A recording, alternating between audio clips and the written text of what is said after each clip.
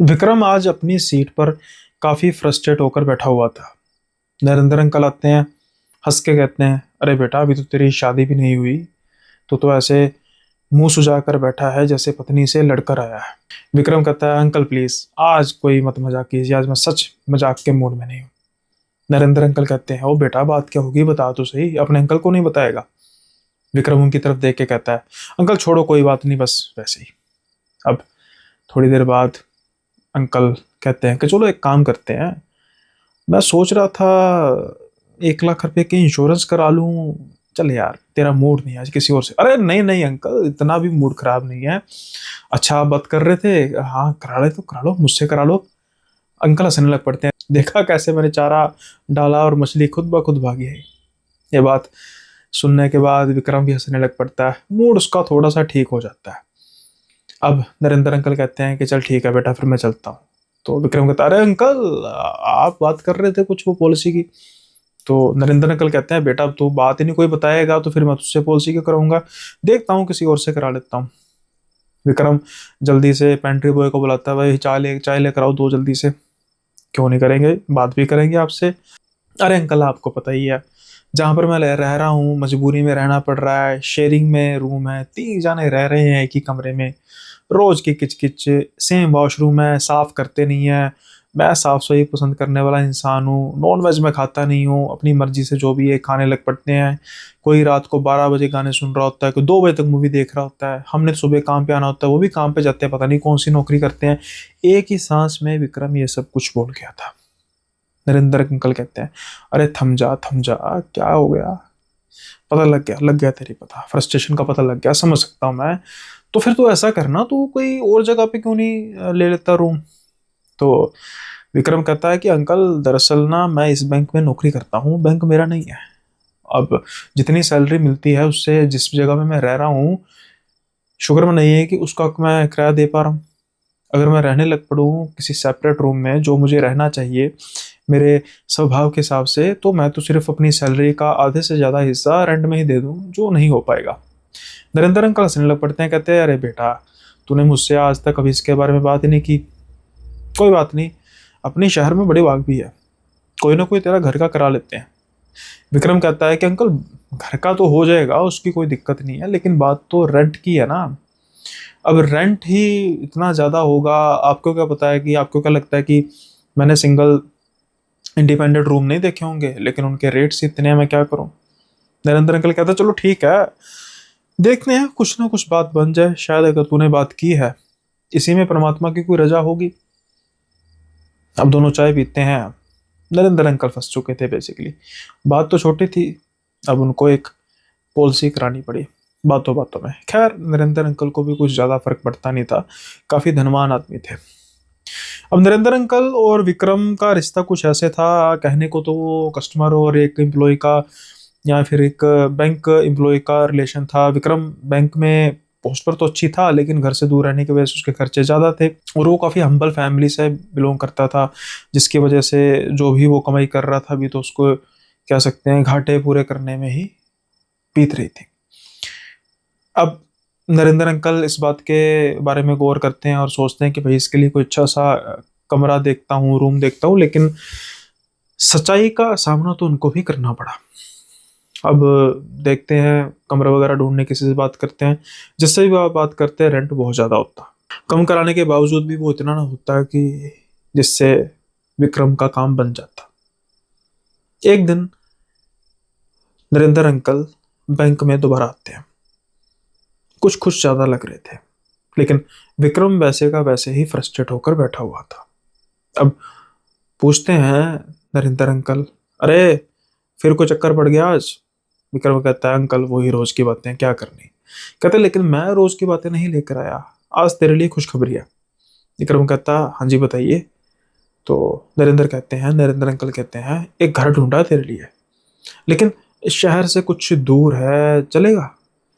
तो विक्रम कहता है, अरे शहर से दूर तो चल जाएगा, वो तो मैं बाइक पर आ ही जाऊंगा, कोई दिक्कत वाली बात नहीं है। कितना दूर होगा शहर से?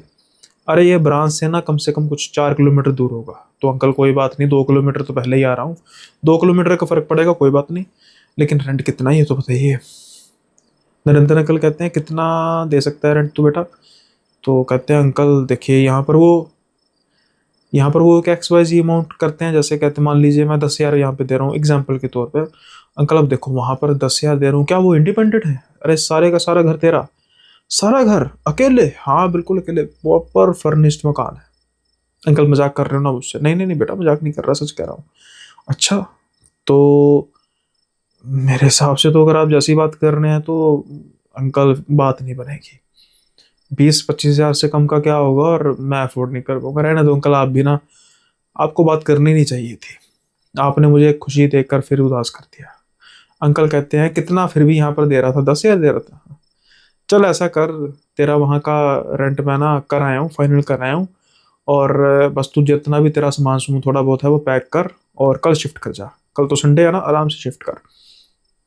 ये कहते हैं अंकल वो तो बात ठीक है, लेकिन मुझसे तो बात करनी, मैं रेंट नहीं दे पाऊंगा। तो अंकल कहते हैं चल ठीक है, ज़्यादा रेंट जो होगा मुझे दे देगा? तो कहते हैं फिर देख लो अंकल, 10,000 से जितना रेंट ऊपर होगा वो सारा फिर आप पे करना पड़ेगा। तो मतलब 10,000 तक तो पे कर देगा? तो वो कहते हैं हाँ अंकल कर दूंगा। तो कहते हैं चल ठीक है, 10,000 मुझे पे कर देना। विक्रम को ये बात समझ नहीं आती, वो कहते हैं मैं समझा नहीं। अरे पागल, वहां पर तेरा कोई रेंट नहीं है, फ्री है, बस बिजली का खर्चा देगा। अब जैसे ही ये बात सुनते हैं वो पहले एकदम से कहते हैं भाई मैं सपना तो नहीं देख रहा अंकल, क्या बात कर रहे हो आप? नरेंद्र अंकल कह रहे हैं मैं जो कह रहा हूँ सच कह रहा हूँ बेटा, वहां पर कोई रेंट नहीं देना पड़ेगा। अब ये बात बड़ी अजीब लगती है, और कहते हैं कि अंकल सच मतलब मजाक मत कीजिए।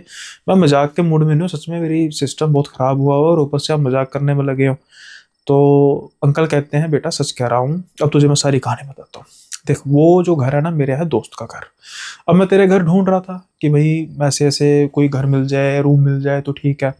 इन द मीन टाइम मेरा जो मतलब है वो दोस्त है वो एनआरआई है।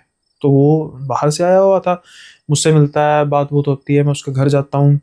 घर में वो फिर पता लगता है कि उसका जो केयर टेकर है, उसने केयर टेकर रखा हुआ था, जिसके वो तकरीबन कुछ 8,000 पे देता था। मतलब उसके घर में भी रहता था, 8,000 भी देता था, बिजली का खर्चा भी देता था। ओके। तो वो कह रहा था कि यार इसकी कंप्लेन बहुत है, इसने घर को ना अच्छे से रखा नहीं है, मैंने तो उसको जवाब दे दिया। अब मैं कोई ऐसा इंसान ढूंढ रहा हूँ जो उसको ना अच्छे से मतलब इसका रख रखाव करे। फिर मेरे मन में ख्याल आता है कि भाई एक तो तू पैसे दे रहा है, ऊपर से तेरे घर का रख रखाव भी नहीं हो रहा। अगर मैं तुझे एक ऐसा बंदा दूं जो तेरे घर का अच्छे से रख रखाव करेगा, ऊपर से पैसा भी कोई नहीं लेगा। तो कहता है अरे भाई और क्या बात करनी है, बता कौन है? तो फिर मैं तेरे बारे में बताता हूँ कि मेरा बच्चा है विक्रम, और वो बैंक में काम करता है, मेरे बच्चों जैसा ही है। और उसको भाई बड़ी दिक्कत रहती है ऐसे शेयरिंग में रहने में, तो यहाँ पर तो सारा इंडिपेंडेंट उसका है। तो अगर तू ओके है तो बता, और वो कोई पैसा वूसा नहीं लेगा, वो भाई खुद रेंट दे रहा है, उसका रेंट बच जाएगा, तेरा खर्चा बच जाएगा, और बिजली का बिल जो है वो दे देगा। कहते हैं भाई अंधा क्या मांगे दो आंखें, इसमें तो दोनों का काम चल जाएगा। अब बता, रहेगा वहां पे? अब विक्रम सोच रहा था कि भाई मैंने कौन से पुण्य किए होंगे जो मुझे निरंतर अंकल जैसे कस्टमर मिल गए। भाई एक तो मेरे सेल्स का भी काम हो जाता है, और ऊपर से भाई मैं तो जो 10-12 हजार रेंट दे रहा था वो भी मेरा बच जाएगा, और ऊपर से पूरे का पूरा घर अपना, क्या बात है। तो नरेंद्र अंकल को कहता है विक्रम फिर अंकल कब देखना घर? कहते हैं मेरे तरफ से अभी चल पड़। तो कहते नहीं अंकल, बैंक खत्म होने के बाद चलते हैं। खैर जब बैंक से ऑफ होता है तो ये चलते हैं और पहुंच जाते हैं घर। घर इतना आलीशान था, शहर से कुछ बाहर था, ये शहर कोई बहुत बड़ा नहीं था। तो कुछ ही दूरी बाद शहर की बाउंड्रीज शुरू हो जाती हैं, और बाहर की कॉलोनीज में ये घर बना हुआ था। ये घर घर नहीं था, बंगला था। पूरा देखते ही चकाचौंध हो जाती आंखें विक्रम की, और जैसे मानो कि उनका ड्रीम हाउस ही क्यों ना हो। अब ये घर के अंदर जाते हैं, मकान मालिक से मिलते हैं। वो भी कहता है कि बेटा मतलब ठीक है, तू पढ़ा लिखा है, तू अच्छी मतलब केयर टेक नहीं है, मतलब बस तुझसे रेंट नहीं लेंगे, तूने इसको अपने घर जैसे समझना है। हम 6 महीने साल में एक आधी बार आते हैं, कुछ दिन रहा करेंगे, 15-20 दिन। यहाँ कमरे कमरे, एक कमरे में तू रहेगा, अपना सारा यूज कर, सारा सामान यूज कर, और बस। अब जब विक्रम सारी चीजें देखता है, उसको तो अपनी आंखों पर यकीन नहीं आता, लेकिन बस सोचना नहीं चाहता ज्यादा, और कर देता है हाँ, शायद इसको नहीं करनी चाहिए थी। क्या उस मकान में कुछ था? नहीं, कुछ नहीं था। मकान बहुत बढ़िया था हर मायने से। ना ही वहां पर किसी प्रेत बाधा का चक्कर था, ना ही किसी किसी भी चीज का। खैर अब ये सब कुछ जब होता है तो जो एनआरआई थे वो कह रहे हैं कि भाई हम तो जा रहे हैं आज से कुछ 7-8 दिन बाद। तो विक्रम कहता है नहीं सर कोई बात नहीं, मेरा भी एडवांस तो क्या ही हुआ है, मैं जवाब दे देता हूँ और जब आप जाएंगे मुझे बता देना, मैं अगले दिन ही सामान वगैरह लेके अपना जो भी कपड़े वगैरह है यहाँ पर लेकर आ जाऊंगा। खैर उसको डुप्लीकेट चाबियां थमा देते हैं और नरेंद्र अंकल पार्टी कर लेते हैं विक्रम के साथ। विक्रम बहुत खुश था, बस वो वेट करने लगा था दिनों की कि कब ये घर के मालिक वहां से जाएं और वो शिफ्ट करें, और आखिर में वो दिन आ ही जाता है। अब विक्रम घर में शिफ्ट कर जाता है। बेहद खूबसूरत, बेहद साफ सुथरा घर, शांत इलाका। उसके बिल्कुल साथ में एक घर था, फिर कुछ 10-12 प्लॉट छोड़कर एक घर था। उस कॉलोनी में खासतौर पर उस सारे गलियारे वाली जगह पे तकरीबन 5-7 घर ही थे, जिसमें ये 2 घर का पैच एक साथ था और बाकी कुछ दूरी पर घर थे। अब विक्रम सुबह जाता, शाम को वापस आता, थका हारा, लेकिन उसे एक सुकून होता कि भाई कोई भी उसे तंग करने वाला नहीं है। खाना वगैरह अपना खुद बनाता, सो जाता। सब कुछ ठीक चल रहा था, कोई भी किसी तरीके की दिक्कत नहीं चल रही थी। लेकिन एक रात उसकी जाग खुलती है बहुत तेज आवाज से, जैसे उसकी दीवार की तरफ से कोई चीज को खटखटाया जा रहा है। तेज तेज तेज तेज खटखटा रहा है। अब एकदम से विक्रम उठता है, आसपास देखता है कोई नहीं है। शुरू में उसको लगता है भाई चोर वगैरह तो नहीं घुसा है। डरते डरते वो एक लाठी पकड़ता है, मोबाइल की टॉर्च जगाता है, इधर उधर देखता है, घर के दीवारों की तरफ देखता है जो काफी ऊंची थी, दरवाजों की तरफ देखता है। दरवाजे सारे अंदर से लॉक थे, किसी भी तरीके का कोई खतरा नहीं था। जो खिड़कियां थी उस पर भी जंगले टाइप लगे थे, क्योंकि ज्यादा टाइम तो घर से बाहर ही रहते थे घर के मालिक, और केयर टेकर पर कितना ही विश्वास किया जा सकता है। एक आदमी पर अगर चोर पड़ जाए तो क्या ही कर लेगा वो। इसलिए सेफ्टी भी घर की अच्छे तरीके से की गई थी। लेकिन कुछ भी ऐसी मूवमेंट नजर नहीं आती विक्रम को जहां जिससे ये लगे कि कोई घर में घुसा है। लेकिन वो आवाज कहाँ से आ रही थी? पास वाले घर से। लेकिन रात के समय में वो कहाँ से आवाज आएगी? खैर विक्रम सोचता है कि शायद कोई आसपास कोई उनके घर में आया हो, कुछ हथौड़ी वगैरह चला रहे होंगे, कोई कील कूल ठोक रहे होंगे। तो भी इनको बहुत ज़्यादा पता भी नहीं था कि उनके घर के पास रहता कौन है, क्योंकि आमतौर पर वो एक गाड़ी खड़ी देखते थे, कभी कभी किसी बुजुर्ग की आवाज़ आती थी। इनकी असम्पशन ये थी कि वहाँ पर शायद बुजुर्ग अंकल आंटी कोई रहते हैं, बस शायद वो किसी हद तक ठीक भी थे। अब ये फिर सोने की कोशिश करते हैं और कुछ समय बाद फिर से वो आवाज़ आती है। अब जैसे ही आवाज़ आती है, थोड़ा सी इनकी थी कि भाई आवाज़ कहाँ से आ सकती है, तो ये कान लगा के सुनते हैं। इनको 1-2 बार दूसरे घर से आवाज़ आती है, तो ये सोचते हैं कि भाई दूसरी तरफ से आवाज़ आ रही है, कुछ कर रहे होंगे कंस्ट्रक्शन का। पर यार इस समय रात के समय में क्या कर रहे होंगे? खैर ये सोच के सो जाते हैं। हालांकि डिस्टर्बेंस तो काफ़ी होती है, लेकिन अब कर ही क्या सकते थे। एक तो ये खुद किराए के मकान पर रह रहे थे जिसका ये रेंट भी नहीं दे रहे थे, और ऊपर से जो भी आवाज़ आ रही थी वो पास वाले मकान से आ रही थी।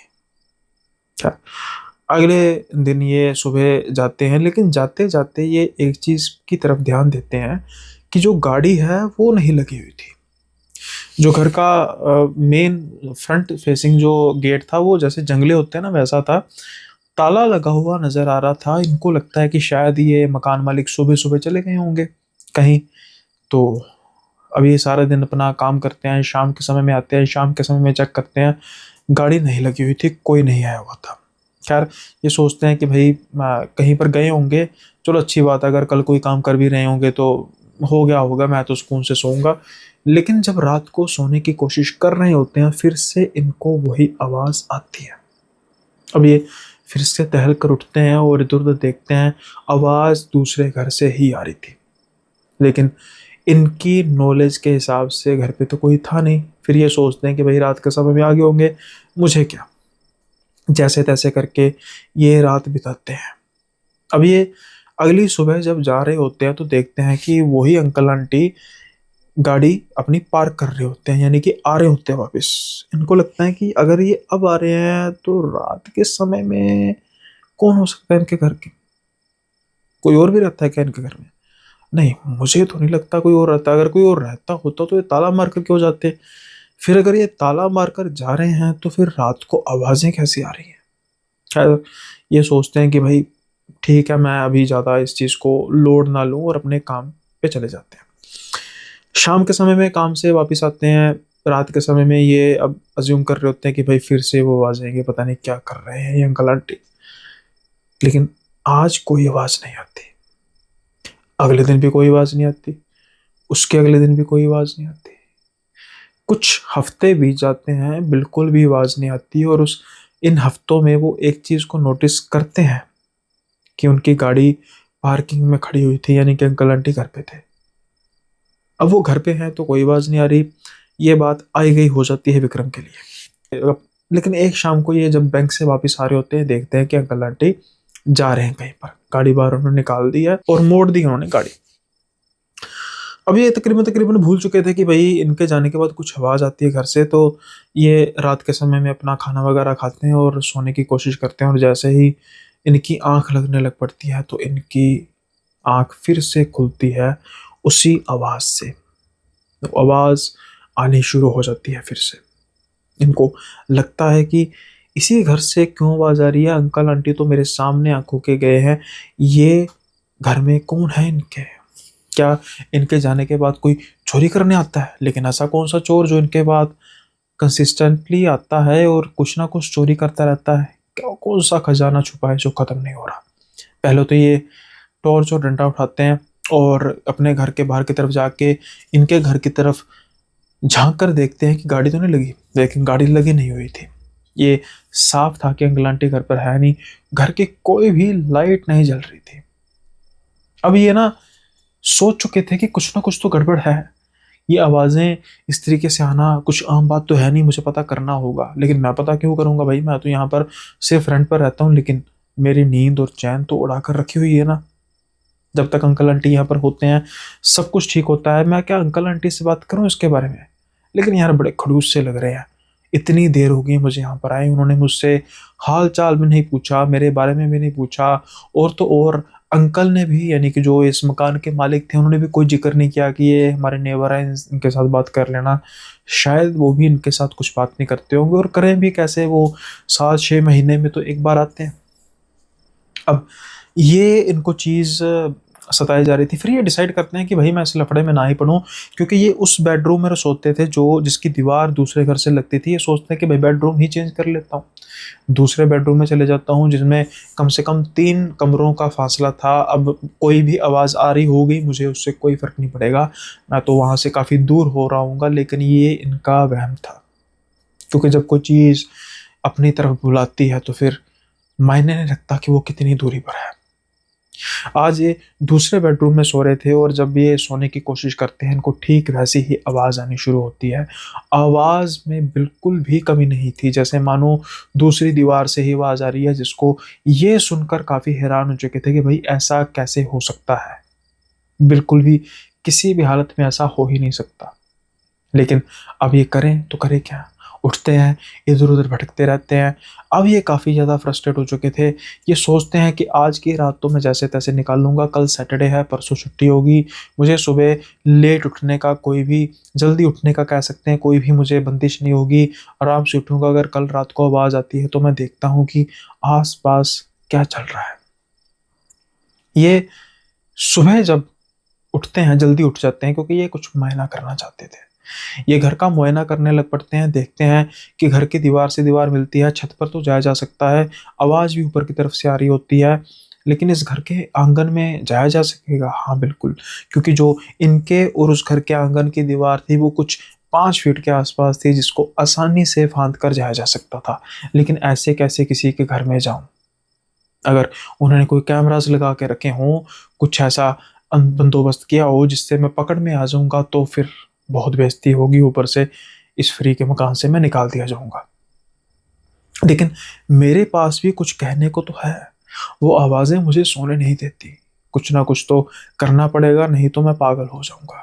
अब ये सोचते हैं और रात का इंतजार करते हैं। रात को ये बेसिकली फर्स्ट फ्लोर पे रह रहे थे। रात को इनको फिर से अपनी पैरेलल दीवारों पर आवाज़ें आनी शुरू होती हैं। अब ये जल्दी से उठते हैं, छत के ऊपर जाते हैं और छत फांदते हैं। अब ये अपने नेबर के घर की ओर थे। ये कान लगाकर नीचे सुनते हैं। इनको ऐसा महसूस होता था पहले कि जैसे बिल्कुल पैरेलल, यानी कि फर्स्ट फर्स्ट फ्लोर से ही आवाजें आ रही, लेकिन अब ऐसा महसूस हो रहा था कि फर्स्ट फ्लोर से आवाजें नहीं आ रही, आवाजें ग्राउंड फ्लोर से आ रही हैं। लेकिन ऐसा कैसे हो सकता है? ग्राउंड फ्लोर से कैसे आवाज आ सकती है? आवाजें तो फर्स्ट फ्लोर से आ रही थी। खैर, ये बहुत ज़्यादा दिमाग को लोड नहीं देते, इन्होंने इसका बंदोबस्त भी किया हुआ था। ये जल्दी से नीचे उतरते हैं। वो जो दीवार थी जो इनके घर को और उनके घर को सेपरेट करती थी, ये फांद कर वहाँ जाते हैं और अब ये उस घर के आसपास चक्कर काटना शुरू करते हैं। लेकिन इनको जो आवाज़ है फर्स्ट फ्लोर पर भी नहीं आ रही थी। एक पॉइंट पर इनको आवाज़ आ रही थी ज़मीन के नीचे से। हैरान होते हैं, कैसे जमीन के नीचे से कैसे आवाज आ सकती है? क्या कोई तहखाना है? हाँ, बिल्कुल तहखाना ही तो है, क्योंकि आज पहली बार प्रत्यक्ष तौर पर इनको किसी बच्चे की आवाज सुनाई देती है, मुझे बचाओ। एक बच्चे की आवाज जमीन के नीचे से कैसे? अगर जमीन के नीचे तहखाना है तो उसका रास्ता कहाँ पे है? क्या घर के अंदर से है? पता नहीं। खैर, ये दिमाग लगाने की कोशिश करते हैं और बिल्कुल अपने कान जमीन के साथ सटाते हैं और कहते हैं, आपको मैं इतने दिनों से खटखटा रहा हूँ, मुझे बचाओ, मुझे बचाओ, आप पास वाले घर के ही है ना? ये कहते हैं, हाँ हाँ, लेकिन तुम कौन हो? मुझे मुझे इन अंकल आंटी ने कैद करके रखा है। दहल जाते हैं ये उस आवाज को सुनकर। एक बच्चा इतने बड़े घर में, वो भी किसी घर के तहखाने में, कैसे कैद हो सकता है? मुझे पूरा विश्वास है कि अभी आपका दिमाग भी बिल्कुल कंफ्यूज होगा कि ये सब कुछ चल क्या रहा है, जैसे मेरा दिमाग है। लेकिन इससे भी ज़्यादा उलझन वाली कहानी, किस्सा आप सुनने में इंटरेस्ट रखते हैं तो अभी अभी जो मेंबरशिप ओनली वीडियो है उसको अपलोड किया गया है और उसमें एक ऐसा किस्सा है, आत्माओं का शिकारी। ऐसा शिकारी जिसने किए 2 शिकार, लेकिन क्या वो शिकार सफल हो पाए? और अगर हुए तो क्या क्या बीती उन लड़कियों के साथ? एक खौफनाक किस्सा, दिल दहला देने वाला, दिमाग उलझा देने वाला किस्सा आपको मिलेगा सिर्फ मेंबरशिप ओनली प्लान में, जिसका थंबनेल आपको यहाँ पर अभी शो हो रहा होगा। अगर आप हॉरर, हार्डकोर हॉरर के शौकीन हैं तो ये किस्सा मिस ना कीजिए। ना ही सिर्फ आपको मेंबरशिप प्लान में ये किस्सा मिलेगा, बल्कि और भी कई किस्से जो अपलोड हो चुके हैं, अब तो वो सिलसिलेवार अपलोड होते जा रहे हैं। इससे पहले का जो किस्सा था जिसमें बहन की खौफनाक मौत, बेहद खौफनाक किस्सा। उससे पहले मुर्दों की ट्रेन, उससे पहले लाल साड़ी वाली चुड़ैल, या फिर भूतों की बारात, या फिर एक ऐसा फार्म हाउस जहाँ पर चुड़ैल मांगती है बलि, क्या उसकी इच्छा पूरी हो सकी या नहीं? या फिर एक ऐसा मंगेतर जो अपनी ही फियांसी के पीछे पड़ा है, उसका प्रेत, मंगेतर नहीं। ऐसे कई किस्से हैं जो आपको मेंबरशिप ओनली में सुनने को मिलेंगे, मात्र 29 रुपये पर मंथ, यानी कि सिर्फ 1 रुपये पर डे से भी कम में। नेग्लिजिबल सी अमाउंट है, लेकिन आपको हटके किस्से मिलेंगे। इसका ये कतई मतलब नहीं है कि इस जो मेन चैनल पे रोज कहानी अपलोड होती है वो आपको सुनने को नहीं मिलेंगी। वो सिलसिला जारी रहेगा, लेकिन जो कुछ सपोर्ट करना चाहते हैं चैनल को, चैनल के इक्विपमेंट्स में बढ़ोतरी करने में, जैसे अगर जो भी इसका पैसा होगा, मेरी कोशिश होगी उसके उसमें माइक अपग्रेड अपग्रेड करने में, कैमरास को अपग्रेड करने में, लाइटिंग को अपग्रेड करने में, स्टूडियो अपग्रेड करने में खर्चा किया जाएगा।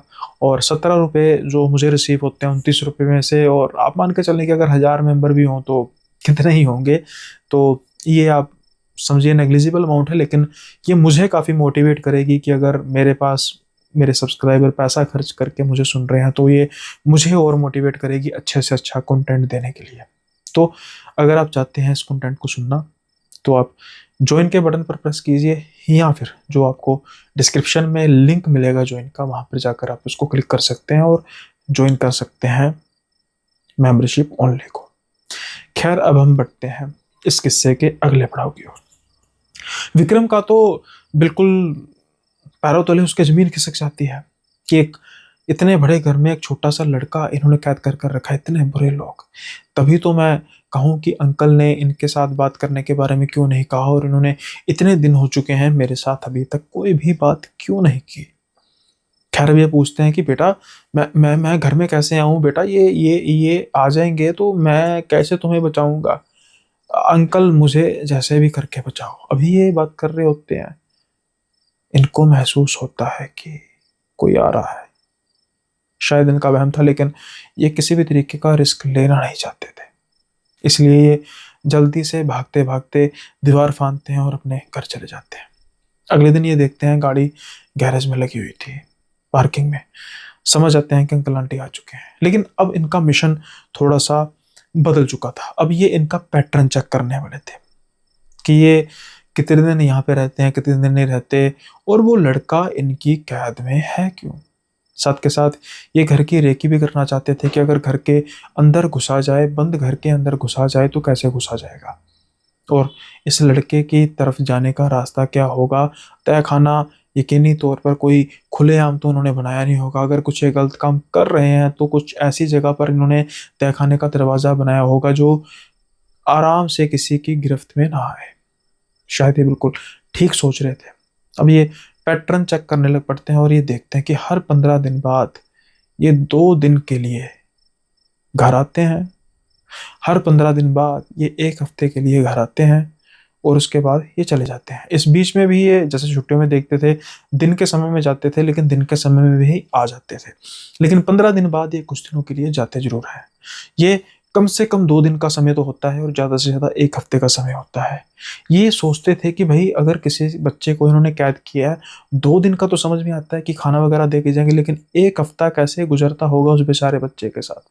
बहुत नाइंसाफ़ी करते हैं उसके साथ। लेकिन ये इंतज़ार कर रहे थे। अब 2-3 हफ्तों बाद 2-3 जैसे पड़ाव ये हो जाते हैं, सर्कल बीत जाते हैं, तो फिर कब ये जाएंगे, तो फिर कब उसके बाद मैं उस बच्चे को निकालूंगा। अब वो दिन आ जाता है जब ये चले जाते हैं। इसी दिन का ये इंतजार कर रहे थे। रात का समय होता है, दीवार फांद के ये कान लगाते हैं जमीन के साथ जहाँ पर इन्होंने पिछली बार लगाया था, और बच्चा बोलता है, अंकल आप इतने दिन से कहाँ थे, ये मुझे मार देंगे, मुझे जल्दी से जल्दी बाहर निकालो। लेकिन अंकल बोलते हैं, यानी कि विक्रम बोलते हैं, बेटा इनका पता नहीं कब आएंगे, लेकिन अब मुझे पूरा विश्वास है ये आज रात तो नहीं आने वाले। आज मैं तुझे निकाल लूंगा, लेकिन मैं घर के अंदर घुसूँ कैसे बेटा, मुझे कोई रास्ता नहीं मिल रहा। बच्चे का जवाब आता है, अंकल खिड़की तोड़ दो ना। अब था तो रिस्की काम, लेकिन इसके अलावा कोई चारा नहीं था।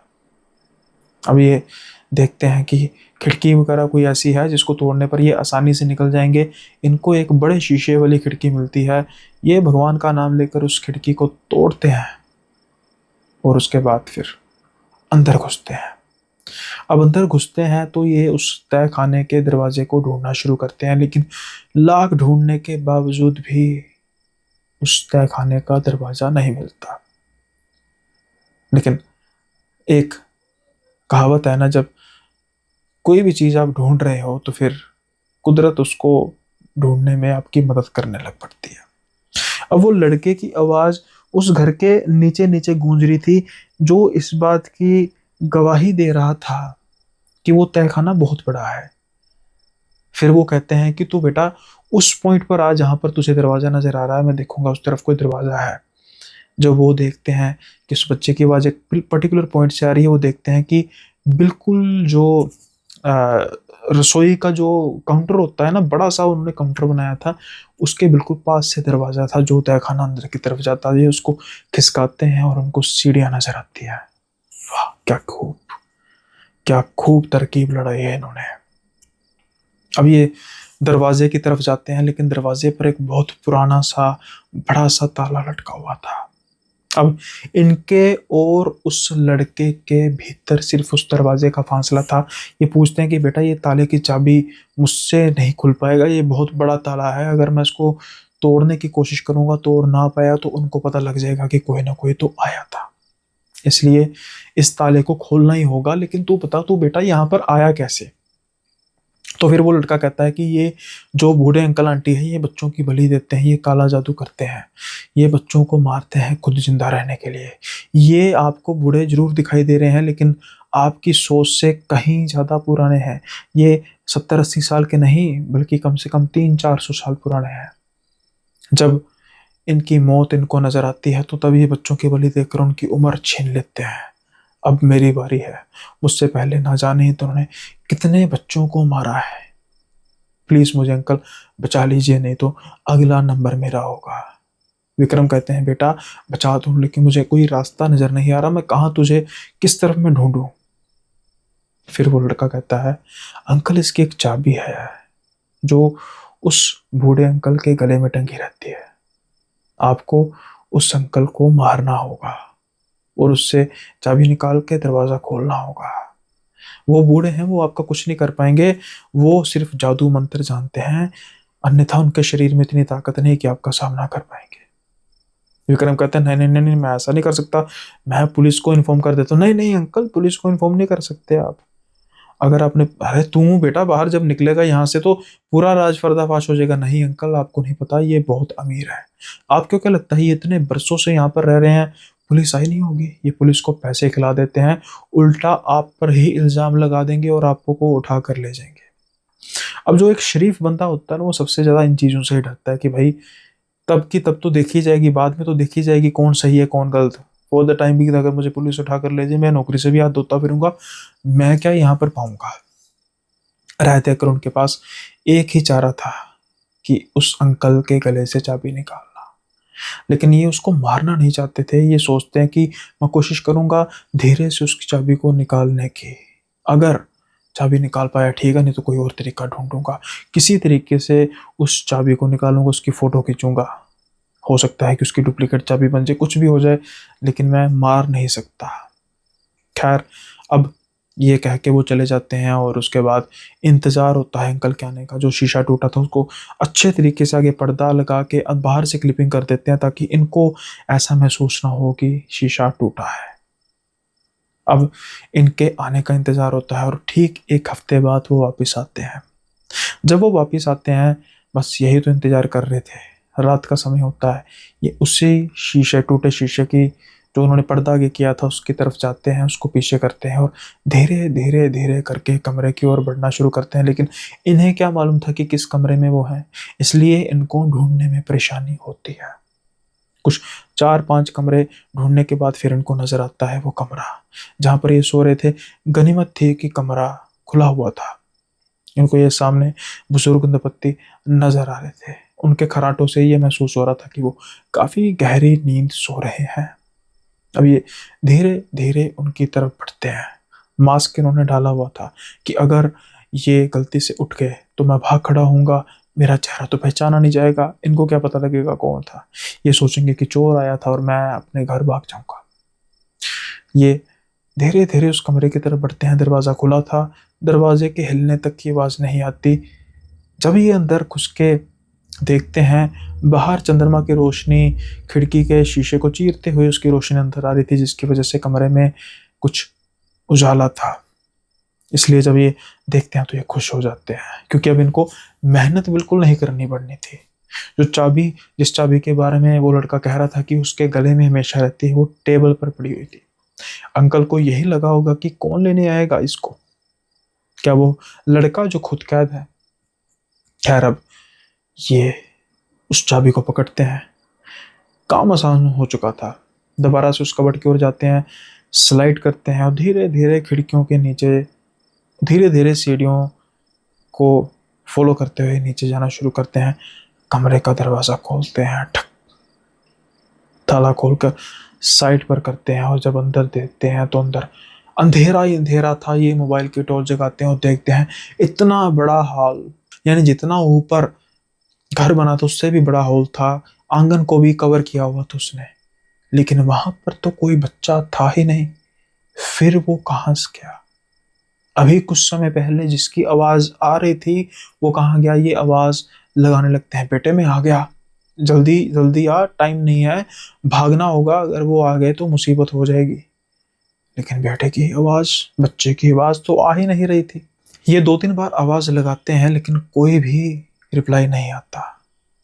अचानक से इनको एक चीज हिलती हुई दिखाई देती है। जैसे ही उस तरफ रोशनी करते हैं, देखते हैं एक अलमीरा पड़ी हुई थी जो हिल रही थी। बाहर से कुंडी लगी हुई थी अलमीरा को। ये सोचते हैं कि यार अलमीरा, मतलब क्या उस बच्चे को यहाँ कैद किया? लेकिन वो तो मुझसे बात कर रहा था। अगर वो बिल्कुल दरवाजे के पास खड़े होकर बात कर सकता है तो फिर वो वहां पर अंदर कैसे चला गया? बाहर से कुंडी कैसे लगी? अच्छा, हो सकता है कि आज कहीं रात को इन्होंने कुंडी तो नहीं लगा दी।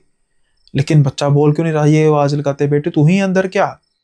लेकिन वो अलमीरा हिली जा रही थी। ये धीरे धीरे उसकी तरफ बढ़ते हैं। और कुंडे को खोल देते हैं। जैसे ही कुंडी को खोल के दरवाजा खोलते हैं तो वहां पर कुछ नहीं था। अब इनकी रूह तक कांप चुकी थी कि कुछ समय पहले इतनी भारी लोहे की अलमारी जो हिल रही है, जब उसको खोला उसके अंदर कोई नहीं है, ये कैसे हो सकता है। ये मुड़ते हैं, लेकिन अचानक इनको महसूस होता है कि कोई इनके पीछे खड़ा है। जैसे ही ये टॉर्च लगाते हैं उस तरफ, तो बस ऊपर करते जाते हैं। जो छत थी वो कम से कम 10 फीट की थी। छत के साथ सटा हुआ सर, दो आंखें चमकती हुई परछाई इनकी गले की तरफ ऐसे इनको पकड़ती है और ये बिल्कुल नीचे गिर जाते हैं। जैसे ही ये नीचे गिरते हैं, वो परछाई कुछ बड़बड़ाने लगती है और मानो जैसे इनका सांस लेना दुर्भर हो जाता है। वो परछाई कुछ बड़बड़ाई जा रही थी और जैसे मानो इनके शरीर से प्राण निकलते जा रहे थे और जान इनकी बस निकलने वाली थी। शायद इनको यह आभास हो चुका था कि जो भी नीचे कैद था वो कोई बच्चा तो नहीं था। लेकिन अचानक से पकड़ छूटती है, क्योंकि बहुत ऊंची ऊंची कुछ वैदिक मंत्रों के उच्चारण की आवाज आती है और ये सिर्फ इतना देखते हैं अपनी बेहोश होती निगाहों से कि एक परछाई उनको छोड़ के बाहर की तरफ, दरवाजे की तरफ उड़ती हुई भाग जाती है और इनको नजर आते हैं वही बुजुर्ग आंटी और अंकल। कुछ समय बाद जब इनका होश आता है तो ये बेड पर पड़े हुए थे उनके। ये उठ के एकदम से कंपकपाते हैं और कहते हैं मैंने कुछ नहीं किया, मैंने तो उस बच्चे को बचा रहा था। अंकल उसको दिलासा देते हैं, बेटा चुप चुप, सब पता लग गया है हमें, लेकिन जो कुछ भी हुआ बहुत गलत हुआ। तो ये पूछते हैं कि अंकल हुआ क्या। मैं तो उस बच्चे को बचाने आया था, लेकिन ये कौन था, ये क्या था। तो वो अंकल और आंटी कहते हैं कि बेटा वो कोई बच्चा नहीं था, वो पिशाच था, महापिशाच। कहते हैं महापिशाच, ये क्या होता है अंकल।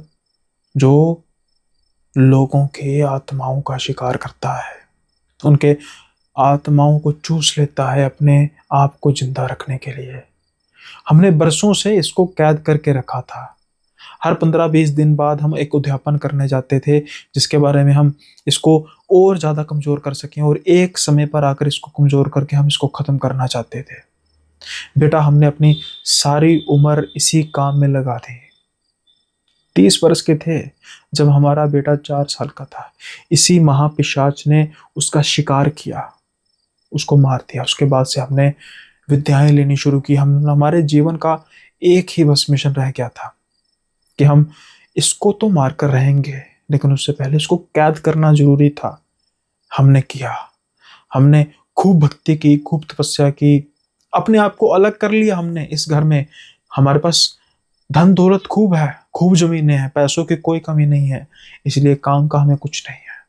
हमने इसे कैद किया, इसी अलमीरा में मंत्रोच्चारित करके हमने इसको कैद किया। और इस हॉल में वो जो तुमने ताला खोला बेवकूफी में बेटा, उसकी चाबी मंत्रों से सुसज्जित थी। अब वो पिशाच, महापिशाच भाग गया है, हमें फिर से उसको पकड़ना होगा। विक्रम की आंखों में शर्मिंदगी थी। वो कह रहा था अंकल मुझसे बहुत बड़ी गलती होगी, मुझे तो ये जो भी लड़का है ये कहने की कोशिश कर रहा था कि आप काला जादू करते हैं और बच्चों की बलि देते हैं। अंकल आंटी की आंखों में आंसू देखकर, उनके बच्चे के बारे में सुनकर शायद विक्रम को ये तो पता लग चुका था कि नहीं, और जो परछाई थी वही सब कुछ कर रही थी। अंकल आंटी कहते हैं बेटा कोई बात नहीं, बस अब हमें इसको ढूंढने के लिए फिर जाना होगा, पकड़ लेंगे। इतनी तो हमें विद्या आ चुकी है, खत्म ना कर सकें पकड़ तो इसको जरूर लेंगे, चिंता मत करो। लेकिन हाँ, अब तुम यहां से चले जाओ, हमारे घर से नहीं बल्कि इस साथ वाले घर से भी, क्योंकि उसकी नजर अब तुम पर पड़ गई है। वो आसपास ही होगा, मौका पाते ही तुम पर वार करेगा। फिलहाल हमारे पास तुम्हें बचाने के लिए कुछ भी नहीं है, तो बेहतरी ऐसी में है कि तुम इस इलाके को छोड़कर चले जाओ, क्योंकि अगर अगर तुम ना गए तो वो तुम्हारी आत्मा का शिकार करेगा और मजबूत होगा और हमें पकड़ने में भी मुश्किल होगी। वो बात की बातें हैं, तुम्हारी जान बचनी चाहिए। विक्रम अब बस जाना चाहता था उस घर से। अगले ही सुबह वो नरेंद्र अंकल को फ़ोन करता है और कहता है अंकल मेरी तबीयत बड़ी ख़राब हो गई है और मैं अपने घर वापस जा रहा हूँ, चाबी मैं आपको दे जाऊँ, पता नहीं कब आऊँगा। नरेंद्र अंकल को व्यवहार कुछ नरेंद्र अंकल को विक्रम का व्यवहार कुछ अजीब तो लगता है, लेकिन कहते हैं ठीक है बेटा, सेहत से क्या। तो जल्दी से ये अपने घर का रुख करते हैं और घर जाकर बैंक को इन्फॉर्म करते हैं कि भाई मुझे ऑन द स्पॉट ट्रांसफ़र चाहिए, अगर आप कर सकते हैं ठीक है, नहीं मैं शहर में नहीं आ पाऊँगा, मेरी प्रॉब्लम है। अब ये परफॉर्मिंग थे तो बैंक भी सुनता है, दूसरी जगह पे ट्रांसफ़र हो जाती है। उसके बाद से कभी भी विक्रम उस शहर का रुख नहीं करते और वो बुजुर्ग अंकल आंटी शायद आज भी उस महापिशाच को ढूंढ रहे होंगे या दोबारा से कैद कर चुके हैं, उन्हें ये तो नहीं पता। लेकिन विक्रम हर सुबह यही दुआ करते हैं कि कभी गलती से भी उस महापिशाच का सामना ना करना पड़ जाए जिसे उन्होंने जाने अनजाने में रिहा कर दिया।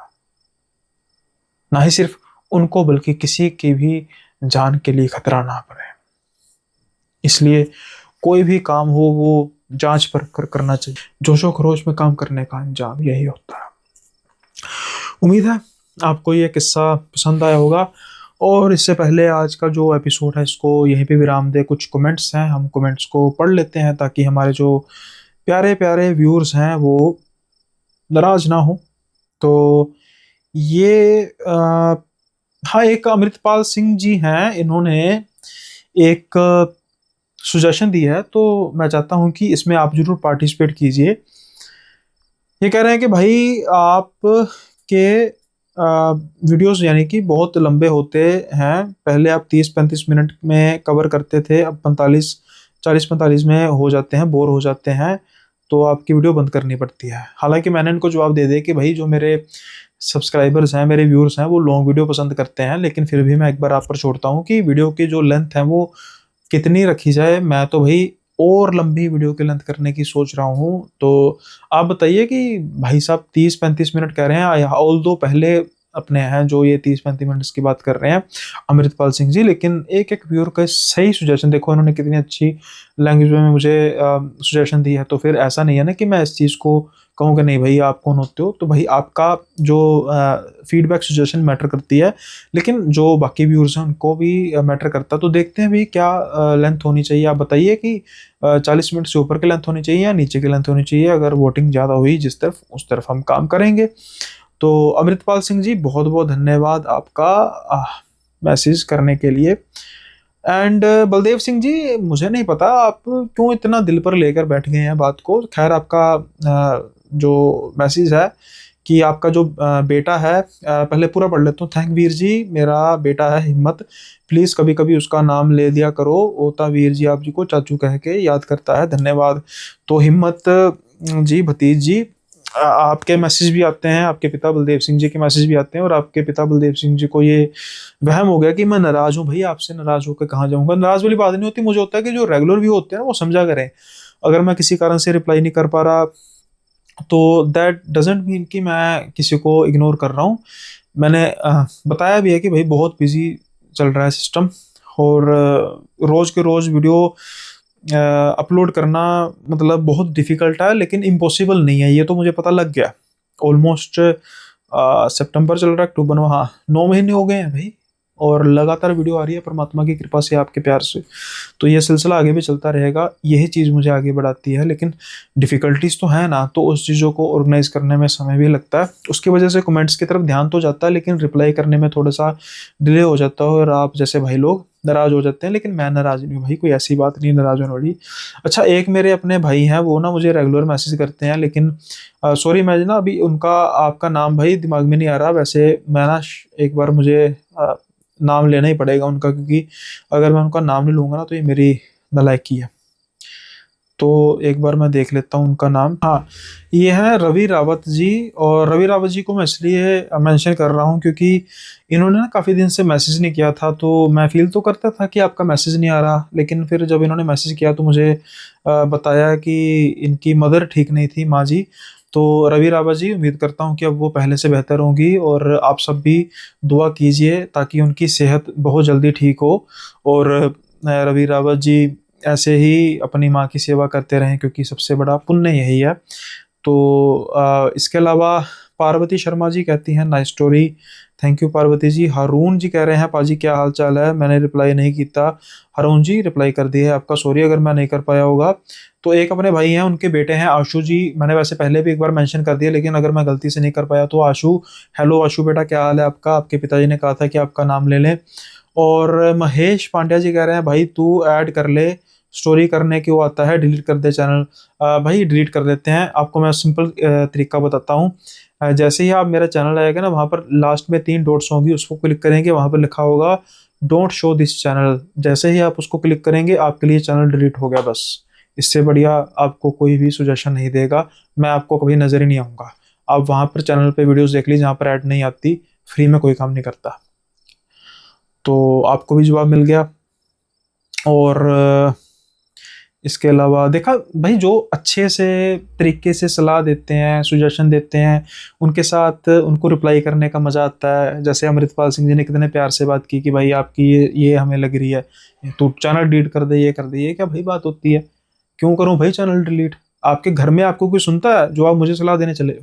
खैर, आई होप आज के कुछ कमेंट्स को मैंने कवर कर लिया है। और जो भी चाहते हैं आप कि भाई आप अपना नाम भी शाउट आउट कराना चाहते हैं, या अपने बारे में मेंशन कराना चाहते हैं, या जो भी आपके सुजेशंस हैं, जो भी आपके बाकी क्वेरीज हैं या कुछ हैं, आप मुझे कमेंट कर सकते हैं। और चाहे तो एक कम्युनिटी ज्वाइन कर सकते हैं, जिसका डिस्क्रिप्शन में भी आपको लिंक मिल जाएगा, जो व्हाट्सएप कम्युनिटी है जहाँ पर थोड़ी बहुत बात होती रहती है। खैर, आज के इस एपिसोड को यहीं पर समाप्त करते हैं, जल्दी ही मिलेंगे अगले एपिसोड में नए किस्सों के साथ। तब तक के लिए बाय बाय, अपना ख्याल रखिएगा।